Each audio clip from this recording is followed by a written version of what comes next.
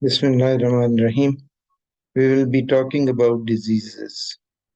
Diseases are of two types mainly chronic and acute diseases. Acute diseases are those which last for a short while, run their duration. If they are treated properly, the patient is cured, like malaria, flu, viral diseases, etc. But chronic diseases are long lasting, like asthma, cancer, arthritis, gout, etc. These are long lasting.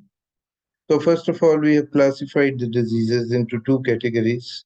Those which are long lasting, they are called chronic diseases, and those which are short lived, they are called acute diseases. Now, coming on to chronic diseases, basically, dis-ease is a word which means that there is disturbance in the body. The body is not maintaining its equilibrium, it's not maintaining its balance. So, balances have to be restored. Now, basically, chronic diseases are grouped into three groups or categories. We have the SORA, we have the psychosis, we have the syphilitic group. This division is based on the principles enunciated by Dr. Hahnemann, the founder of homeopathic medicine. Miasm is a pollution, it's a stain. So when there is disharmony or lack of balance in the body, then these miasms which exist already in the body, then they are activated and the problem becomes more severe. But the basic miasm or pollution is that of Sora. Sora is destructive in nature and it is marked by deficiency. Now, let me also tell you that there are three categories again in this context. Though all miasms are destructive by nature, that is, Sora is destructive, then it is psychosis, then it is syphilis. Now, Sora is marked by deficiency. That is, this miasm is characterized by deficiency. Then psychosis is marked by excessiveness, like excessiveness of yellow color, bile, etc. A lot of perspiration, excess of everything. And then the third one, that is syphilis, it is syphilitic, it is marked by destruction. Though all three are destructive in nature, but as I mentioned earlier, that in one case there is deficiency, in other case there is excess, in the third case it is destruction. So in order to cure these miasm or stains, balances have to be restored.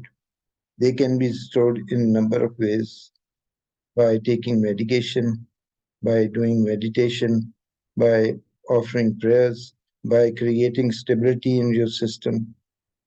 But the most ancient and primitive mayas or pollution is that of Sora. Sora manifested itself initially in the form of an itch, and then later on in the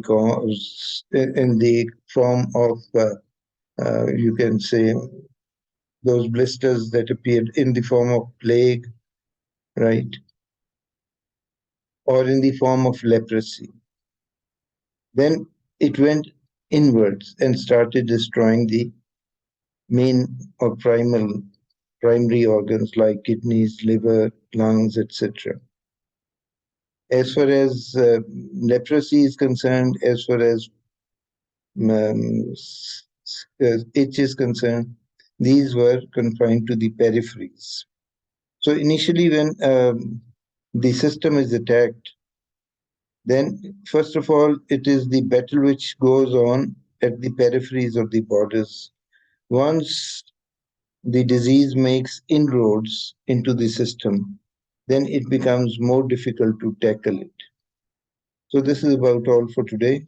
Just remember the difference between acute and chronic diseases, then the three stains or the pollutions that exist in mankind as potential eruptions. The most primitive is Sora. The other two are sex related, syphilis and psychosis. But unless the SORA is activated, these two do not get activated.